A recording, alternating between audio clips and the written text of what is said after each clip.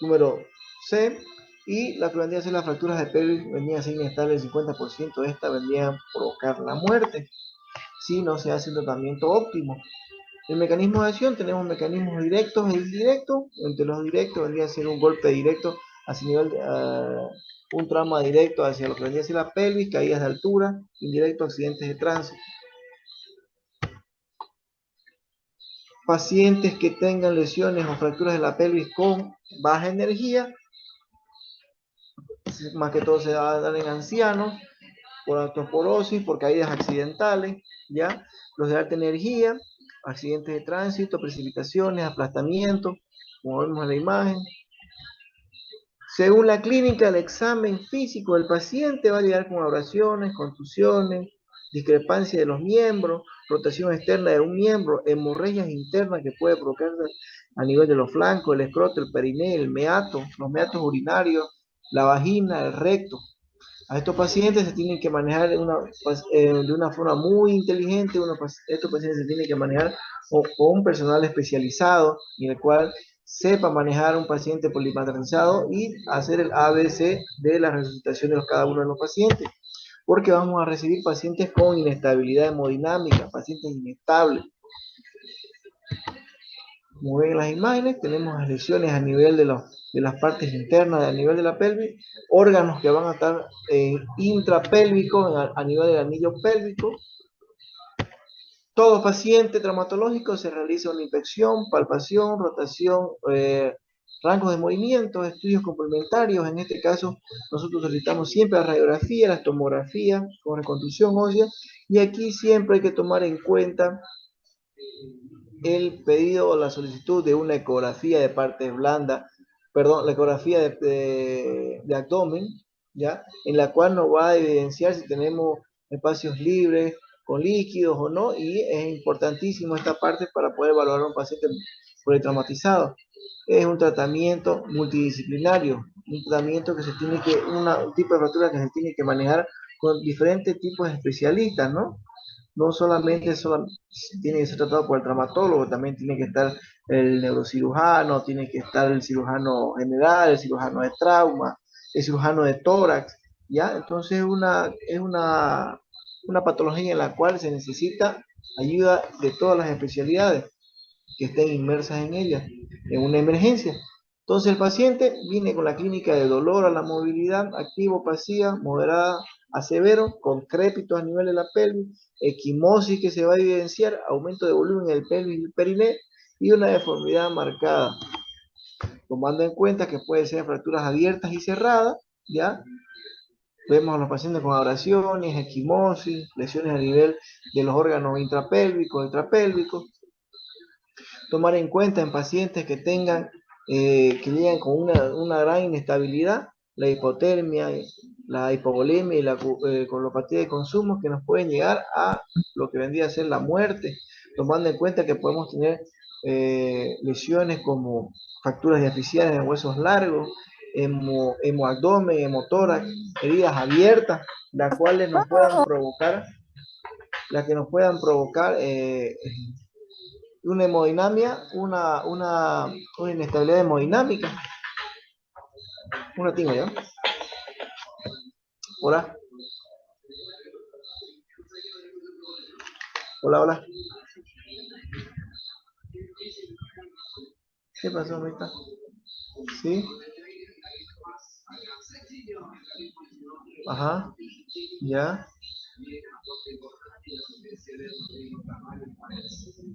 Ajá. ¿Ya? Quirófano. Sí, está en quirófano.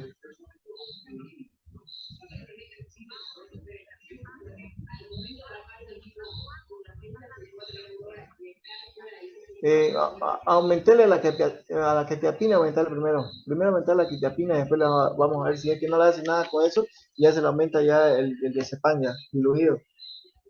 ¿Ya? Ya, ya. Ya me avisas ahorita, cuando a ver qué pasa. ¿Ya? ¿Ya? Listo. Ya. Continuamos. Entonces, los estudios complementarios a la radiografía AP de pelvis anteroposterior o panorámica de pelvis vendría a ser importante un primer estudio, ya tomando en cuenta que aquí tenemos que tener estudios principales, proyecciones, en la cual nos va a servir para ver todo lo que vendría a ser el anillo pélvico, en la cual vendría a ser la craniocaudal y la caudocraneal, en la cual vamos a ver toda la circunferencia del anillo pélvico, que lo que vendría a ser lo que nos va a importar mucho. Otros estudios, otro tipo de radiografía que se puede solicitar vendría a ser las oblicuas y el ala, la radiografía alar y obturatriz, en la cual esta se va a enfocar más que todo ver lesiones a nivel del acetábulo. Así vemos lo que vendría a ser el inlet y el outlet, en la cual vamos a ver de arriba y vamos a ver de abajo el anillo pélvico. Ahí tenemos las proyecciones oblicuas de Judet, la alar y la obturatriz.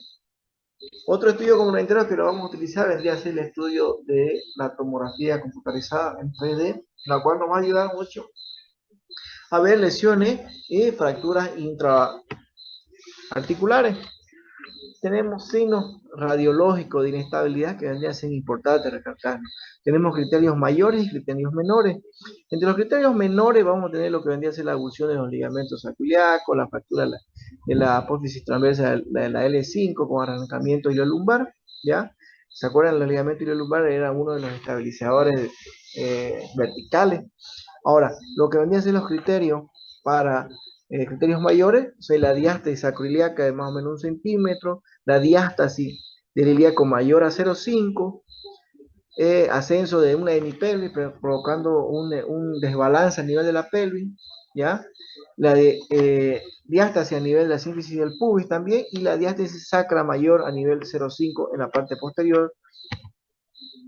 Entonces, ¿cuáles vendrían a ser las fuerzas perjudiciales para valorar una fractura de pelvis? Vendría a ser una rotación externa y una rotación interna. ¿Cuál vendría a ser la otra fuerza en la cual va a participar una estabilidad de la pelvis? Vendría a ser el cizallamiento vertical de la misma. Ahora, según la clasificación, tenemos dos clasificaciones en la cual una nos va a hablar según el mecanismo. Tenemos un mecanismo por compresión lateral que se va a rotar, rotación interna, ya, y va a provocar lo que vendría a ser un desnivel y provocando un desnivel e inestabilidad a nivel de la pelvis. También tenemos la clasificación de lo que vendría a ser la clasificación de Marvin-Tille, en la cual nos lo vamos a dividir en tres, en A, B y C. La A vendrían a ser fracturas estables, las B vendrían a ser fracturas inestables rotacionales, y las tipo C vendrían a ser fracturas inestables rotacionales y verticales. Entonces, nuestra pelvis es estable en ¿cuántos tipos? Rotacional estable y vertical estable.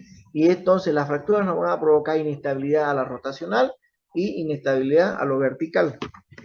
Cuando hablamos de las tipo A, las cuales vendrían a ser A1, 2 y 3, son fracturas que vendrían a ser fracturas estables que se pueden tratar solamente con tratamiento conservador. Cuando hablamos de las tipo B, estamos hablando de las fracturas que vendrían a ser inestables en el segmento rotacional, en la cual nos puede provocar que la pelvis se pueda rotar. Y las tipo C, que vendría a ser, que viene una combinada, con una estabilidad rotacional y una inestabilidad vertical, en la cual va a estar impuesto, en el cual provoque una estabilidad completa de la pelvis y por ende un sangrado masivo.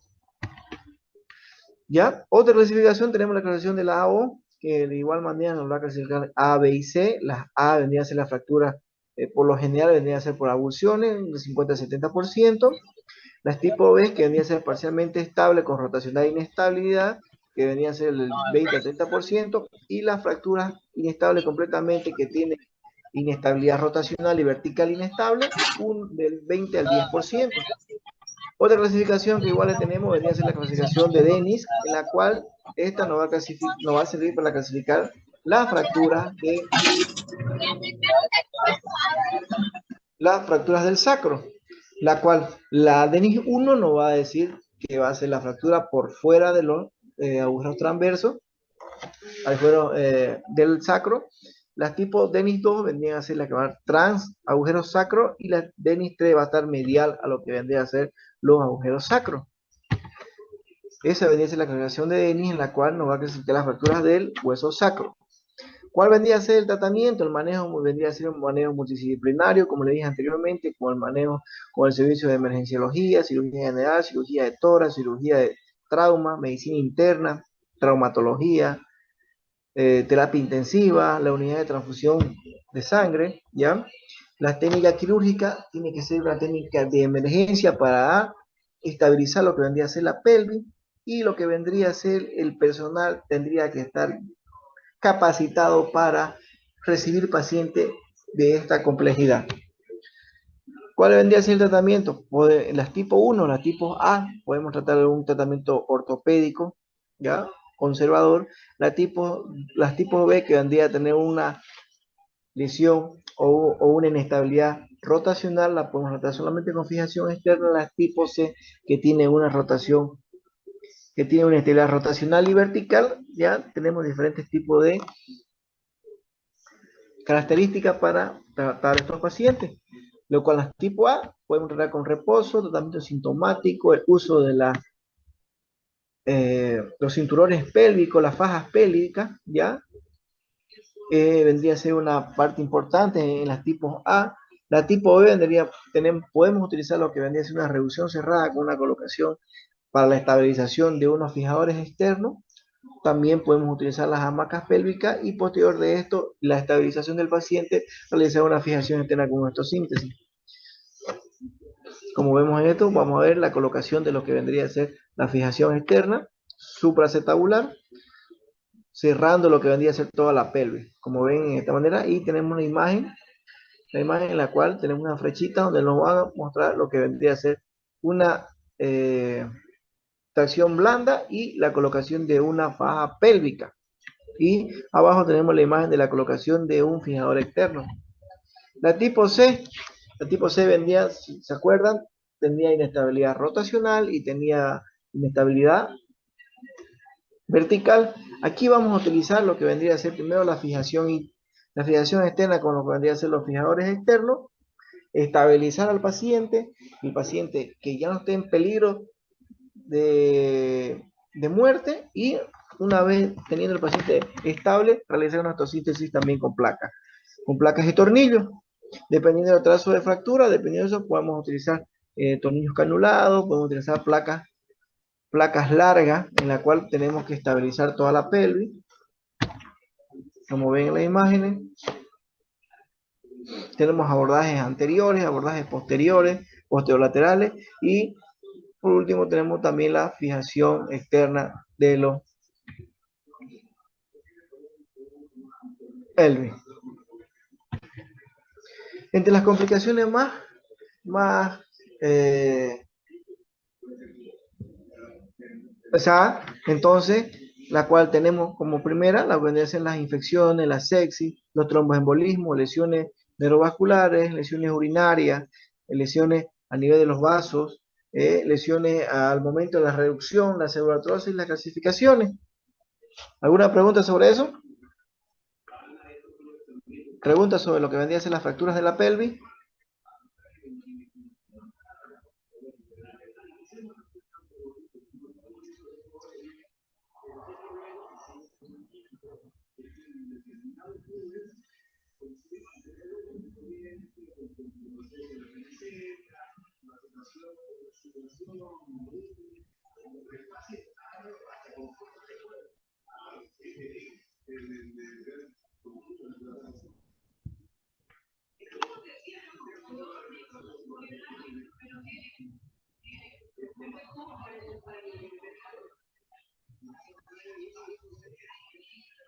¿Alguien tiene alguna pregunta?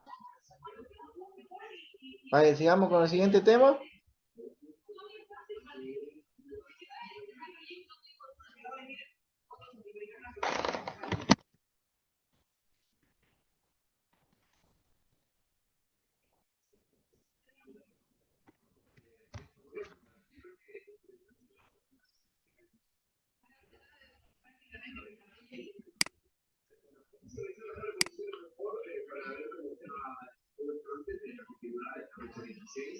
Bueno, como no hay pregunta, continuamos.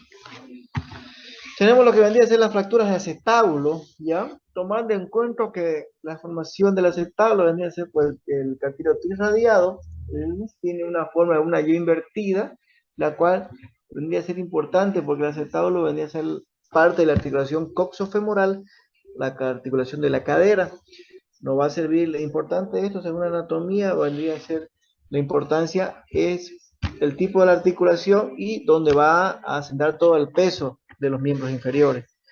Tomando en cuenta la anatomía de la pelvis, que en la columna anterior va a estar formada por lo que vendría a ser la ala ilíaca anterior, va a estar también por la pared anterior y lo que vendría a ser la sínfisis del pubis en su columna anterior. En su columna posterior vamos a tener lo que vendría la escotadura ciática mayor y menor, vamos a tener la pared posterior de lo que vendría a ser el acetábulo y la tuberosidad isquiática, según las columnas, tomando en cuenta que la cúpula o techo vendría a ser la parte más importante porque va a sustentar toda la cabeza del fémur y la reconstrucción de este vendría a ser el objetivo terapéutico. La lámina coagulante también va a estar formada por lo que vendría a ser la verdadera cavidad pélvica, ¿sí? Va a estar en la parte posterior, ¿ya?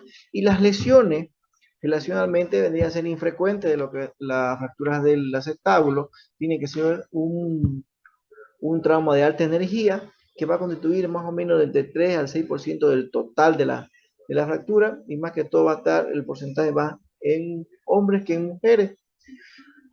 Van a estar asociados a trauma, a politrauma, y tomando en cuenta el mecanismo de fractura, el mecanismo de acción, tendría que ser un mecanismo indirecto en el cual se va a formar o se va a provocar o se va a producir dependiendo del movimiento, dependiendo dónde esté en qué posición esté la cabeza femoral al momento del impacto para que se provoque la lesión a nivel acetabular.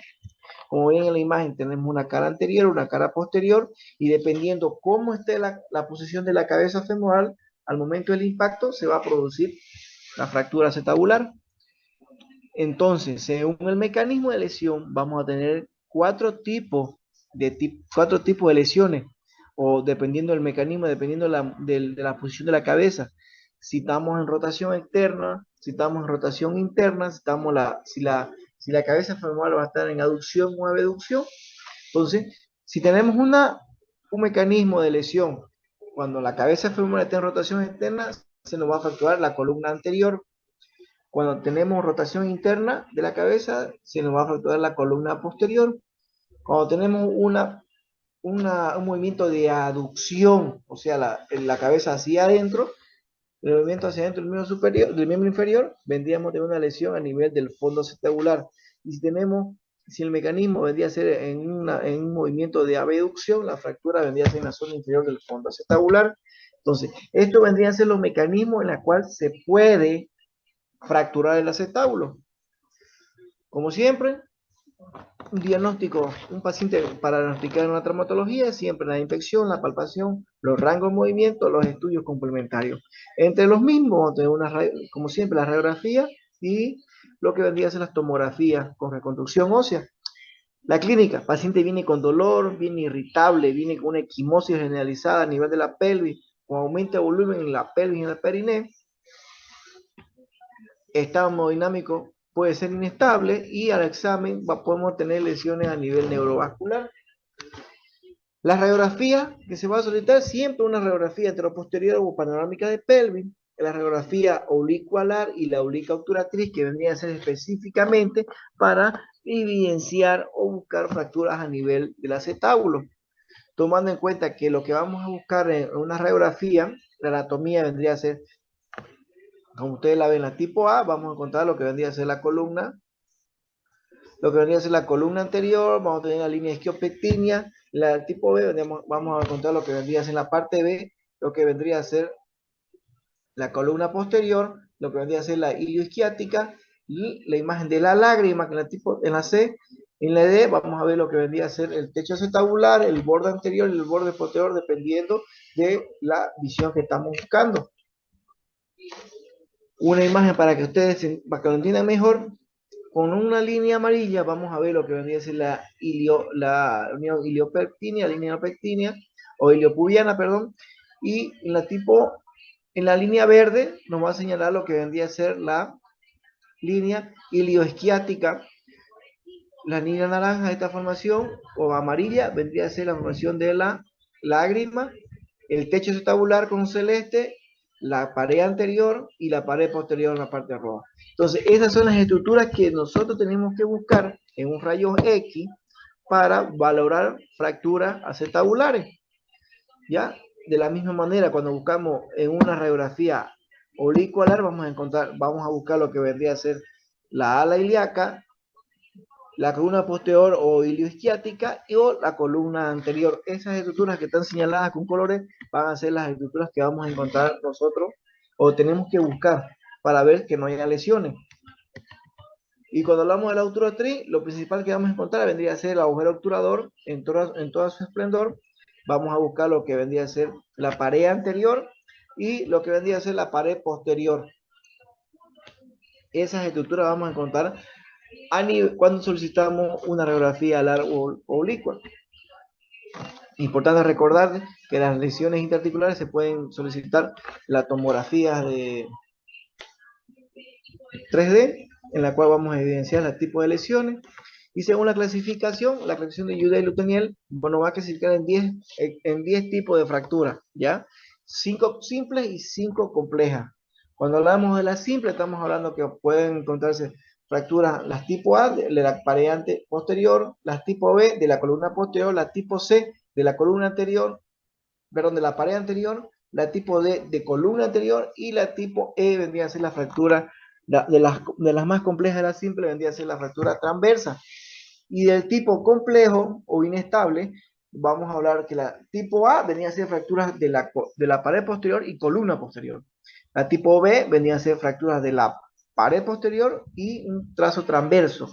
La tipo C vamos a encontrar una fractura hemitransversa de la columna o de la columna y la pared anterior. Y la tipo D vendría a ser una fractura en T y la tipo E vendría a ser la más común, vendría a ser las fracturas de ambas columnas en un mecanismo de alta energía. También tenemos la clasificación A, en la cual nos va a clasificar en las tipo A en fracturas parciales, en la tipo B parciales pero con componente transversal, y las tipo C que vendría a ser fracturas completamente articulares de ambas columnas. Tratamiento, ¿cómo vamos a manejar el tratamiento quirúrgico aquí? El tratamiento consiste en lo que vendría a ser una reducción congruente. Si tenemos tratamiento quirúrgico o tratamiento no quirúrgico. Para decidir si vamos a dar un tratamiento quirúrgico o, perdón, no quirúrgico, tenemos que valorar que la fractura no esté desplazada, que la fractura que tenga una fractura baja a nivel de la columna anterior, una fractura transversa sin desplazamiento y que no tenga compromiso del techo acetabular en cualquiera de las proyecciones y lesiones a nivel de las columnas, pero con una congruencia de la articulación. Tomando en cuenta que para decidir si tenemos una lesión o una fractura quirúrgica o no, tenemos que sacar el ángulo acetabular. El ángulo acetabular se va a sacar dependiendo del centro de rotación de la cabeza o una línea hacia arriba longitudinal y una línea que nos va a formar de un tipo de fractura más próxima a lo que vendría a ser la parte más superior. Entonces, si esta fractura o esta angulación sale más de 45 grados, estamos tocando que vendría a ser una fractura quirúrgica. Tratamientos quirúrgicos tiene que ser tratado por un cirujano especializado a nivel de fracturas acetabulares, ¿ya? Vamos a tener abordajes ilioinguinales, en la cual vamos a ver todo lo que vendría a ser tipo de órganos a nivel extrapélvico. Luego también tenemos el abordaje de Kocher y el abordaje iliofemoral ampliado en la parte posterior.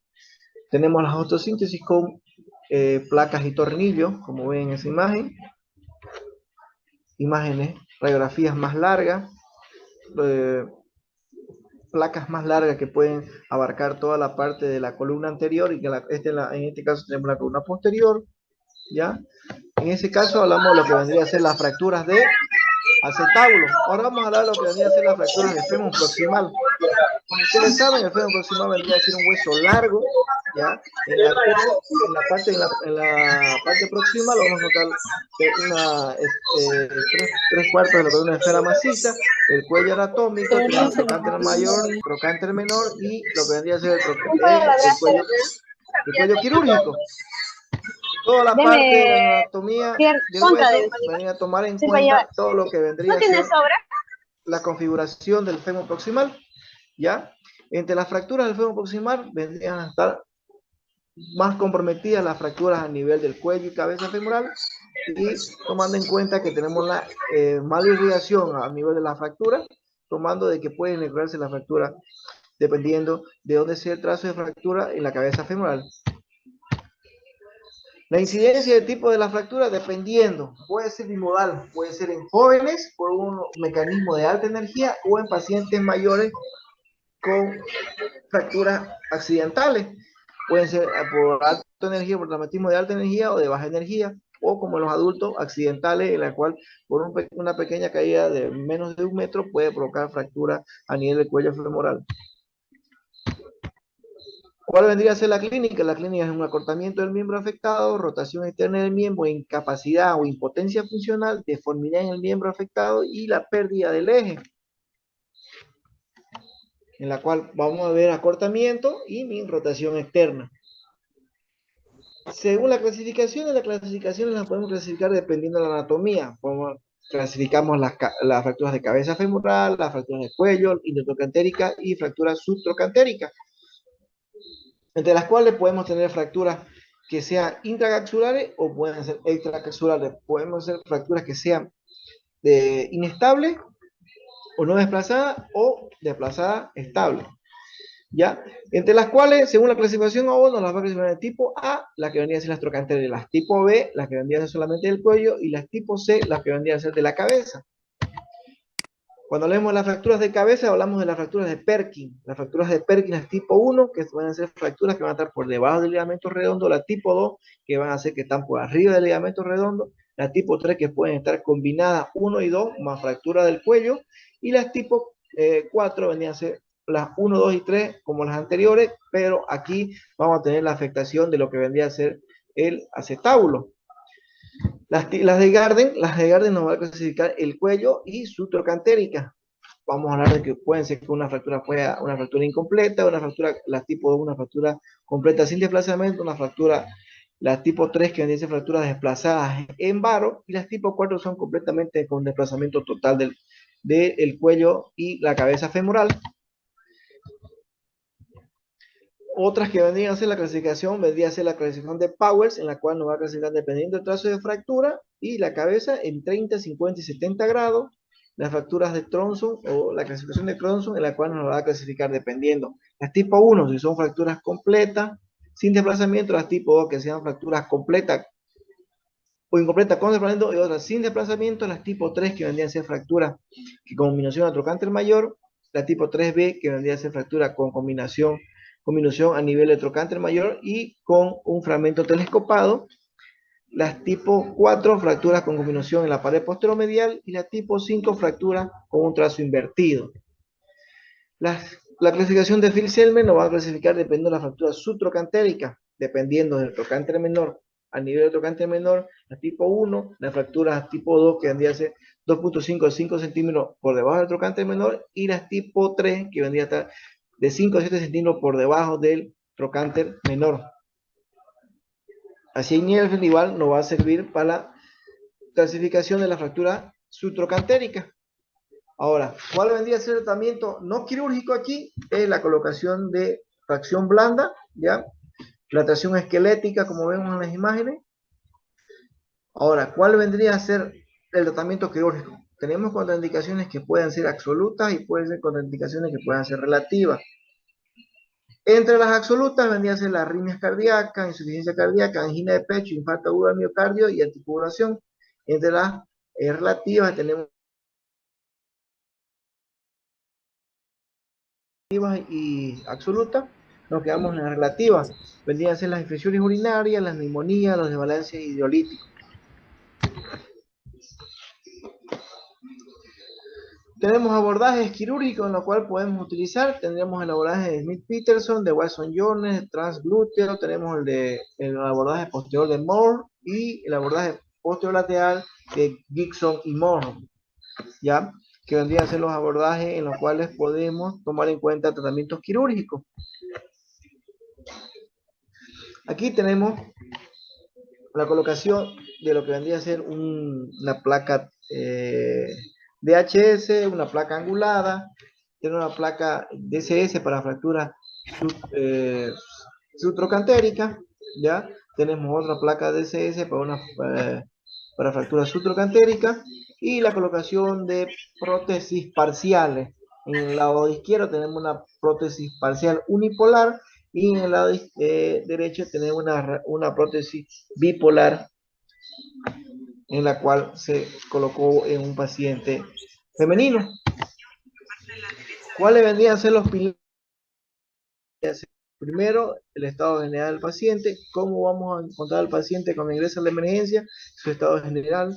Lo importante aquí vendría a ser realizar una cirugía entre las 24 y 48 horas para que el paciente tenga una movilización precoz y evitar complicaciones para su mejor evolución. Listo. ¿Hay alguna pregunta?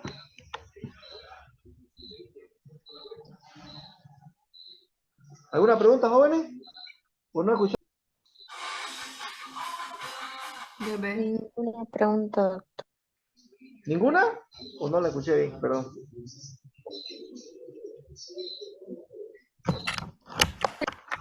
Okay. No les tengo. Bueno, si no tienen preguntas, nos vemos la próxima semana, ¿ya? Gracias.